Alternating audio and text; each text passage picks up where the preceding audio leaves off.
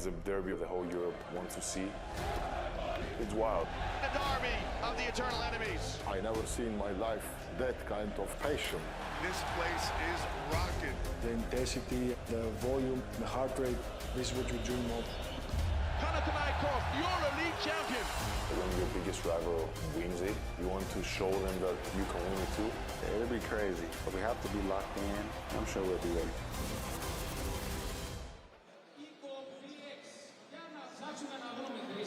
What's up, everybody, and welcome live from Athens, or should I say, Kalispera Kalos Irtate from sold-out OAKA. This is the place to be for you tonight if you're a basketball fan, and this is the first ever Turkish Airlines EuroLeague Rivalry Series Pre-Game Show, and we're so happy to have you with us. And this is such a special matchup because it's basically the clash of the eternal enemies. Panathinaikos against Olympiacos, and it's definitely one of the most prestigious, exciting, and most passionate matchup and derbies of EuroLeague, or even in all of Europe. And we're excited not only for you to be there on the other side of the screen, but also to be here for you.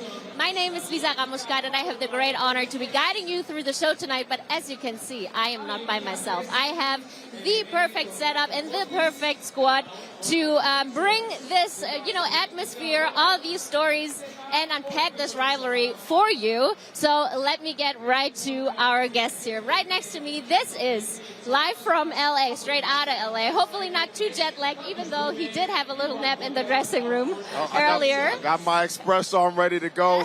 Have my Evan Williams. Have my souvlaki. I'm ready to go today. I'm a little bit tired, but this crowd has been waking me up. I go all over the world searching for these environments, and I found a good one tonight, and I'm so excited to get to it.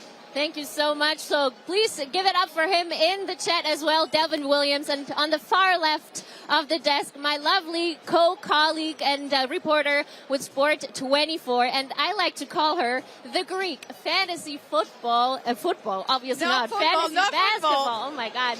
Farik Vasiliki Kasamura, welcome to the desk, girl. Hello, Lisa. Hello, Devin. I'm so glad to be here. I hope Giannis don't get jealous with still his nickname.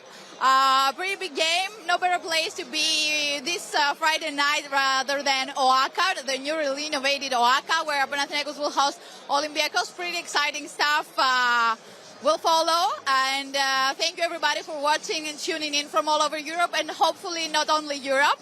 But let's get to the chase. What do you want?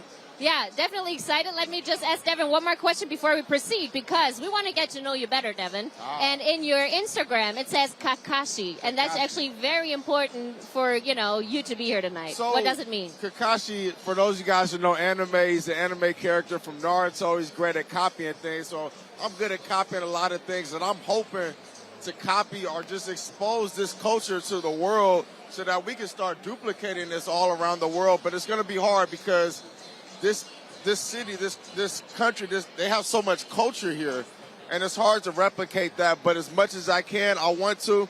But that's where the nickname comes from. Very excited to learn more about it, where you come from, what you can bring to EuroLeague as well. And guys, we want to know though what we got up for you in store for the next 30 minutes. Let's look at our agenda. We definitely want to look at the history. We want to unpack this rivalry for you, all the emotions, all the stories, all the background that comes with it, and that's obviously a lot. We already heard it from Vasiliki. The history is very rich, as well as the heritage. But my guys, the fans obviously play a huge role. I'm not sure how well we're going to be able to hear each other throughout the next half hour, but we'll do our best. Big part of this matchup is the fans, but of course we're going to look at the most important names on the court, the most important and most exciting players at the moment, the matchups, the numbers, and guys, we want to, bring you as close as we can, so we're going to take you behind the scenes as well. Our lovely colleague and reporter, Dora Pantelli, is going to take you behind the scenes, maybe even into the locker room. Let's have a look at that. And obviously, we want to talk to you guys at home through the entire night, and we want to get in touch with you. So please get active in the comments, leave us feedback, ask us questions. We're happy to include them into our conversation here Use the hashtag Rivalry Series to be as close as possible so we can find your comments as well. And yeah, let's have a look at what this rivalry is all about. Olympiacos Piraeus prevailed 6 in a row in the Greek derby in EuroLeague encounters.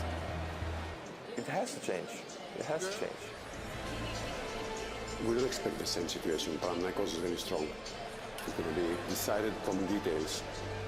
It's going to be a very physical game. This time around, we just have to show that we're pure dominant. Okay. This place is rocking. I never seen in my life that kind of passion for Yeah. the game, for the team. They are part of the team. They are like in the locker room. You have to experience it to understand what it means, the intensity, the volume and the heart rate. It's a blessing that I have a chance, to be a part of something like this.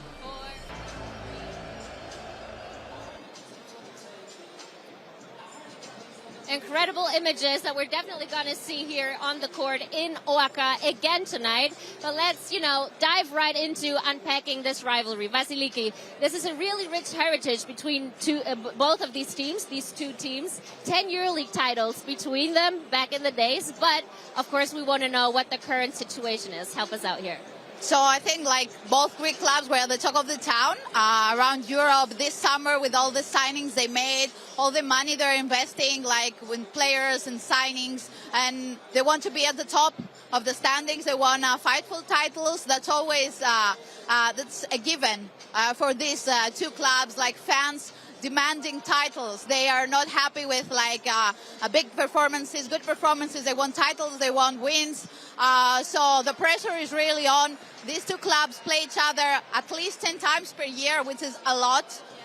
On 3 competitions, 3 to 4 different competitions. So, they know each other very well, but there's always room for surprises. So we can never know who's going to step up on these games because everybody wants to play well on a Greek derby.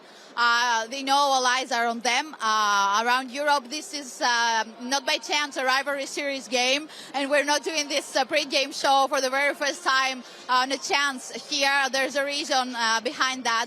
And it's a rich history, 7 European titles for Panathinaikos. The last one, it was just a few months ago. Olympiacos has 3 titles on their own, 3 consecutive appearances to a Final Four. They're trying to win it all this year. It's more than evident. So, should you want to talk about the signings they made this summer? Let's move on to the summer signings, Vasiliki. Yeah, so we start from the current champions, Panathinaikos, the reigning champions. They added 3 pieces to their roster with Lorenzo Brown, J.D. Osman, and Omer Yurtseven. So far, Lorenzo Brown is the one that has the most smooth transition, we'd say, because he has lots of EuroLeague experience. The other 2 guys were on the NBA for many years. J.D. Osman for 7 years, and Omer Yurtseven left Europe before even turning 18, so he didn't really have much of experience before. But down the road, they will all be needed. Panathinaikos broadened their roster, same as Olympiacos, who added, of course, the 2023 EuroLeague MVP Sasha Vezenkov after 1 year on the NBA. And then also Tyler Doss is back with the club. Luka Vildosa transferred from Panathinaikos to Olympiacos this summer. And last but not least, definitely not least, Evan Fournier. He brought frenzy to Olympiacos fans during September when he signed with the club. Nobody really expected that. He was like the cherry at the top of the cake. Yes. So, yeah, lots of money, lots of good moves. And Vasiliki, we are going to go with Evan Fournier next. A very exciting signing from the Pistons. Yeah. 12 years on the NBA, more than $150 in his bank account, but he wants to win. That's why he didn't stay on the NBA. He didn't want to play for a team that had no goals. He wanted to come here and compete for the ultimate goal, which is the EuroLeague trophy, of course. He has never played in EuroLeague before, even though he's a European guy. But he has lots of experience with the French national team, so that helps him a lot. And he's getting better and better day by day. Let's have actually a closer look at Evan Fournier right now. My game day routine. I don't wake up. My kids wake me up actually. My kid would wake me up usually around 8. Hey, I'm going out of legend. When you hear my name, you gon' respect it, cause I did it every time that I said it.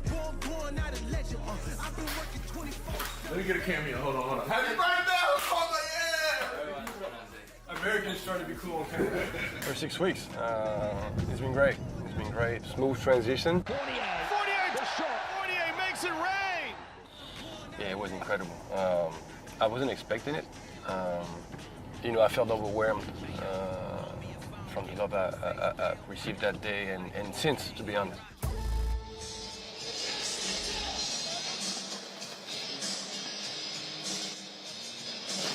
Very exciting signing, definitely, Evan Fournier and Vasiliki. Let's look at his, since I introduced you as the fantasy basketball, not football, expert. Let's look at his stats and his numbers next. So Evan is getting better rhythm day by day, game by game. Sasa Bezekov is trying to feed him off. They're trying to be a very dynamic duo for Olympiacos. So I'm not sure he's the best choice to get right now, but down the road he will be super crucial to have on your team. There are other players who are more famous than Evan right now, but we'll talk about that a bit later on, I think. I don't want to do spoils, but I think Devin wanted to say something about Evan too. Evan Fournier, for me, he's very interesting, mainly because he's feeling like a little unappreciated. You know, playing for different teams. We've seen him play really well, and we've also seen him, not play at all. And so now he's coming to the EuroLeague as a player who wants to kind of prove himself. And we all know you can play, but it's time to really show now what you can do. And so, I'll be having my eyes on him, but I'm going backwards and talking about some of the players that you named. These are really good players. Cedi Osman was just playing in the NBA. I remember watching him for the Cavs, and he was good. And all of a sudden, he's over here, and it's time to show what you can do, because not all players can come to the EuroLeague and produce. It's not as easy as people think in America where I'm from. You can think about me as that dumb American who's trying to learn about the culture over here in the EuroLeague, right? And I've been seeing it time and time again. People come over here, and it's tough for them because of the physicality, because of a lot of different reasons. But it's time to show what you can do for a lot of these players, and I'm excited to see that. So excited to, have your American point of view on this whole endeavor that we're doing here. And Devin, let's actually have a look at what you're doing, because this whole, clash of cultures, not only within Europe, but comparing it to overseas as well, will be super important for us tonight.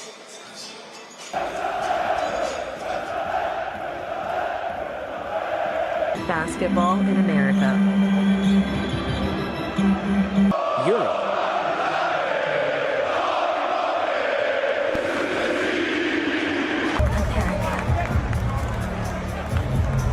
How can this problem be fixed? Is it too late? Not right now. Okay, so you definitely went viral, Devin, comparing the EuroLeague to the NBA. These are insane numbers. Why do you think this is, touching a nerve of your community? Well, for everybody in the chat, I would actually like to know what you guys actually think about this. Like, why do you guys think that it's so different in America versus the EuroLeague? My thing is, what I took most from it, from the comments, it's money. It's the price of the ticket to come into the game, and you don't have to pay that much, so you build the culture. Then other people say it's the amount of games that they play, which I don't believe in, because they're actually playing the same amount. Am I right about that? Not exactly the same, because if a team on the NBA reaches the playoffs and they have 20 more games, right, they are topping the best EuroLeague teams. But if you count not only the EuroLeague games, because no team that is participating on the EuroLeague plays just in this league, they all have domestic league games that are super important, because there you can win titles. The EuroLeague title is not given. You can't start the season and say, we're going to win the EuroLeague title, but you can start your season and say, we want to win the domestic championship. So that's more important to the fans sometimes. So if you add all these games, there are over 80 games per season, which is pretty much like an NBA regular season. But see, these are things that I'm learning as I'm being over here a little bit more often. But let's talk about players versus team. Players versus team. So like in America, we kind of keep up with the players, and anywhere where they go, we kind of support the team. But over here, when a player leaves, they're still sticking with their team. They're still sticking with their club. Now, when I'm talking to people over here in Greece, I'm talking to the locals, they're telling me it's about culture versus entertainment. culture versus entertainment. It's in the DNA. It's in the blood to support the club, right? Versus over in America, it's just about entertainment. It's about the halftime show. It's about somebody juggling and not about the basketball game. And I was actually talking to you about that. Yeah. What would you have to say about culture versus entertainment? Yeah, I think like here, some teams are trying to promote also entertainment because they want for their fans to have a fun experience, to come a few hours prior to the game, to spend their money here, like get some soft drinks, eat something. But the main product they are selling, it's a basketball. It's a game. It's the fun. That's the fun experience here. You want people shouting to support their team, and you learn to do that from a very young age because you grow up like that. Your father will take you with him to some games, and it's on your DNA. You learn to support your team. And what you said about Person, it's the same. If a player leaves like from Panathinaikos, he's gone. He's dead. We don't care about him. If he leaves from Olympiacos, the same. We support the club. We don't support players here. Right, and to me, for me, that's better. Now, we can also jump into every game matters. Every game matters. Where each game that you play, you have to show your best because you need to win. Look what we have Mr. Green with us. Here. Welcome. See, I love this. I love this right here. Talk about culture. We need to get you. We need to get him on the show and talk about this because he's here every game. But anyway, have a good night, my guy. Thank you. Thank you so much.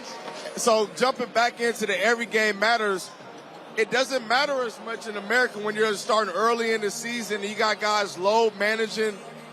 I hear that load management isn't much of a thing over here, is it? It's a non-existent thing here.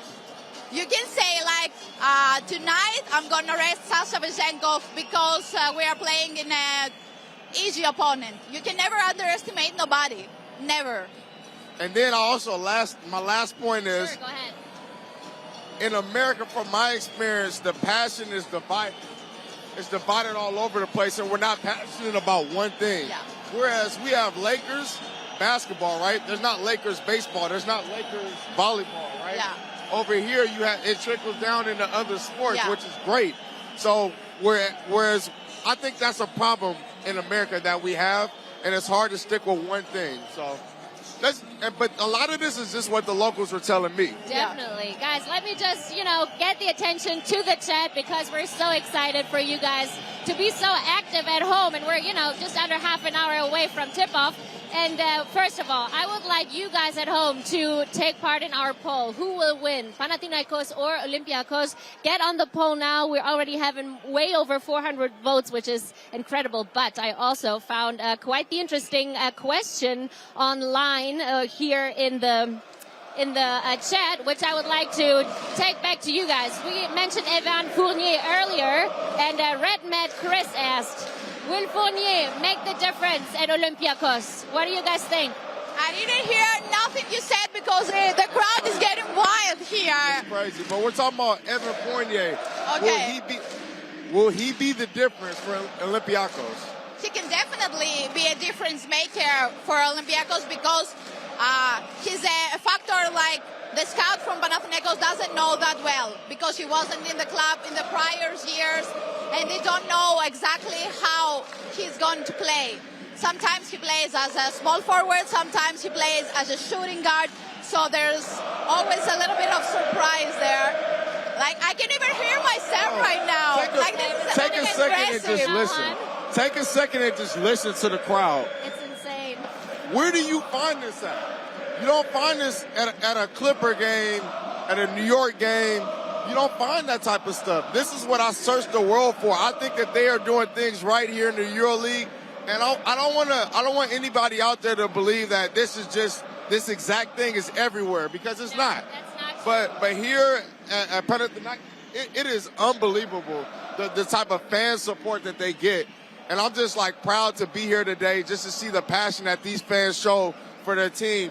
If you're Kendrick Nunn and a lot of these American players who unappreciated back in America, but they come here and they really get to show what they can do, it's got to be pretty cool to live like a king, And I'm really happy for Kendrick Nunn because I know what he can do.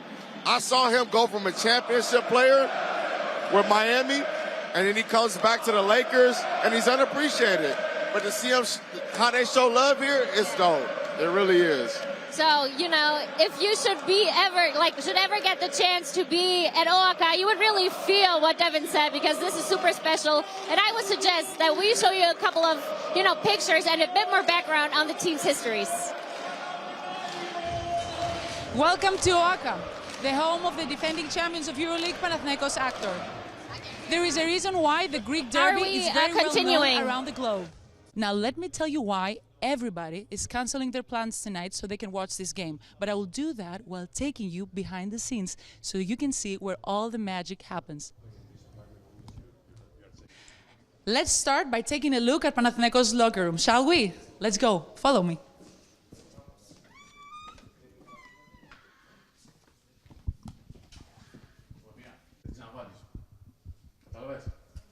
Both teams are coming into this derby very confident, having won 2 games in the double round week.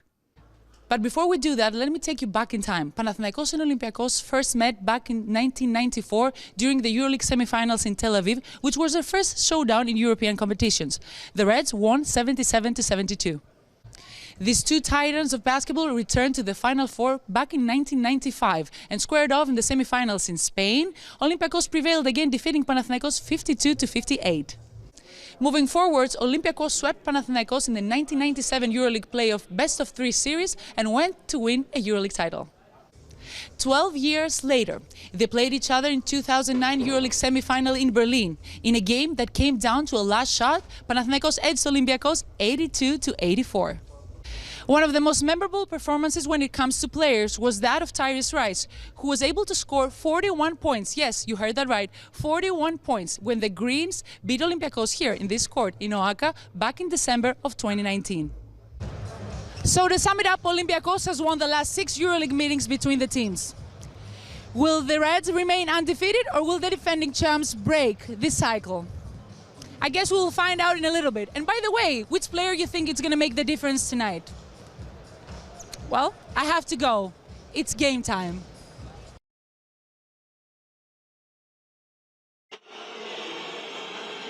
All right, thank you so much to our colleague Dora Pantelli. Devin can't believe his own eyes, neither can I. It's impossible to either hear your own word or each other's, but we're still going to try to continue to, you know, go on with the show. This is crazy. Let us take a second. But you can hear, obviously, Olympiacos is coming on. And we actually want to speak about Kendrick Nunn, though. Let's start with Kendrick Nunn. Let's go. So with Kendrick, I like Kendrick because he's been very vocal about him being the best player in the EuroLeague. And I love that type of confidence. It comes with a lot of confidence, right? And you have to be able to back it up. And he did that by winning the championship, right? Yeah. And so tonight he's kind of got to get out and get going right out the gate, especially with the whole stadium behind him. But what do you think about his matchup today? So Kendrick was definitely an X factor for Panathinaikos last year. Many people say that if he hasn't been brought to the team, maybe Panathinaikos wouldn't have this type of success they had. And to me, it was a big success for Panathinaikos that they managed to keep him for another year, because his goal in the back of his mind when he got here is to go back to the NBA, prove that I am still capable, I can still play ball and go back to the NBA. But he loved it here. How can you not love it when you have 20,000 people screaming your name day in and day out, cheering for you? When he got out for his warm-up, he was doing like that to the crowd, like, give me more, I want it, I feed from this energy. And yeah, he's super confident. He says, I'm the best player, I'm the best offensive player in this league right now. And he proves it. Like, he's the first player ever in Panathinaikos' rich history that has managed to score 25 points twice against Olympiacos on their court, which is amazing. This doesn't happen often, which is also another factor to see. Can he do it again tonight, or will Olympiacos' defense play a better game against him? If he gets hot in the beginning, it's really tough to stop him afterwards. So much for Kendrick Nunn. Let's look on the other side next. Let's cover the Reds. Vasiliki, what you got for us on Shaq McKisic? Shaq McKisic is like, I would say, an energy shifter. He gets into the court and he brings so much energy. You don't know what he's gonna do, because this summer he worked a lot on his threes, so he's added that to his game. And he says, now I like to shoot threes more than I like to go inside and dunk. I know that this gets people really excited when I go all in and have this first really quick step and go all in and dunk the ball. But he likes to shoot threes now, and he's been really decisive for Olympiacos at this first part of the season. Unlike last year where he was injured and he wasn't really in a good shape when he came up for the preparation. So he's been all summer to work out. Yeah, right? he's been really super important for Olympiacos, and he always delivers against Panathinaikos. He fits from this rivalry. Let's see what he has got for us on the court tonight. And our colleague Dora Pantelli caught up with Shaq McKisic earlier. So we know you like to dunk a lot. We've seen all your dunks this year and last year. So do you think it's going to be easy to dunk tonight in here? I haven't really thought about it. They got some good shot blockers over there. So if I do go to the rim, I'm going to have to make it as violent as possible. So hopefully I can at least get free throws. If you choose one dunk to perform, where would that be in the derby? Hopefully in the fourth quarter, we're up by 20, and it's going to be a high energy match tonight. So I don't know where it'll come, but it'll come. Thank you. I'm just going to give the two to you. All right, thank you so much, Dora. Always excited about your interviews, Dorda. And next, obviously, we want to look at the big guys. Let's have a look at Matthias Lesor and Sasha Vesenko. Vasiliki. Okay, I will start with Olympiacos side this time. Sasha Vesenko was the MVP of the 2023 season, and he moved to the NBA for a year to pursue this dream. It didn't go as he planned, so he came back to where he knows he is loved and he's appreciated. People were ecstatic about him coming back to Piraeus, and he's been delivering every game so far. He's the first player in PIR right now in the league. He is a candidate to win another MVP, and if he does it, maybe Olympiacos can finally win a trophy this year. He's super important for Olympiacos system. He doesn't even need to dribble to score 20 points per game, and you can trust him when the ball is hot. That's what lacked Olympiacos last year, someone to get the ball when things got rough. And Sasha can provide that for Olympiacos for sure. And actually, Dora also spoke to Sasha pre-game, so let's hear what he said. Is there a comparison playing in an NBA court than playing it for EuroLeague in that atmosphere here in OAKA, or Seth? I think nothing close here. The people are passionate. They're screaming for 40 minutes. They give everything. They love the team in a different way. In NBA, it's more of a show. It's two different things. But I think if you play in those kind of atmospheres, then you just prefer it. You just love it, and I think it's way better. Were people asking you back when you were in the NBA about the atmosphere here? Was it hard to explain if they cannot live through it? Yeah, it's really hard to explain just by a video, but they're amazed. They see how, as I said, people give everything for their team, like here, like in Serbia, in Turkey, especially in the Balkan countries, in Žalgiris, like in Lithuania. So it's totally different. You have to live it, to go through it, so to explain it. Thank you very much. All right. Thanks again to Dorda. Devin, you had something to say about Sasha. I think with Sasha, I'm going to give you my perspective of things. When I saw him in his clips and I was watching some games in the EuroLeague, I couldn't believe that he was going to the Kings. But sometimes it's about fit. It's where you belong. And in my opinion, I don't think that they utilize them correctly, because here we're talking about a EuroLeague MVP. And in 1 year or two, whatever it was, he's already back. And I'm excited to see him get back to shape, get back to form, because I know what he can do. And I love watching him play. So I wish it would have worked a little bit better. I wish they would have realized what they had. But it is what it is, and he does his thing over here, so I can't wait to see it. I hope the background noise doesn't get too much on our microphones, because people are cursing a bit as Coach Bertogos entered the floor. But let's go to Matthias Lesor also. He was the best center in the league last year. He's on an expiring contract with Panathinaikos, so the Greens will need to do something really quick before the season ends to keep him here at OAKA. Because even from last year, after the Olympics and the great tournament he had with Team Friends, New York Knicks were after him, but he had no NBA out in his contract. So that's super important. Matthias is someone that you know what he can give you on the floor every single night. He doesn't go below average, never. His only weak spot is free throws sometimes, but he can do everything else at the highest level, so you can omit that. He's currently, him and Tavares, I'd say, are the best centers in the league. Maybe sometimes Matthias is above him.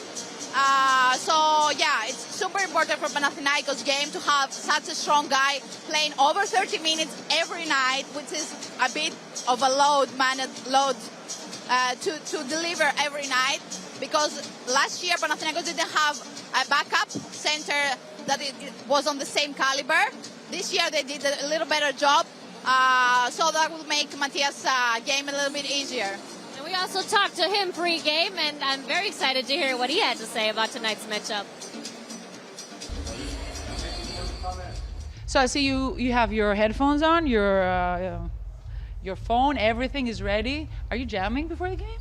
Yeah, I always listen to some music before the game, trying to get me hyped, trying to get my mind right, be focused, and be ready to go. So what's your favorite song? I've been mixing a lot, but usually I finish with one of my homeboys. His name's Surix from Martinique, so you can tune in. Okay, can I listen to it? Can I?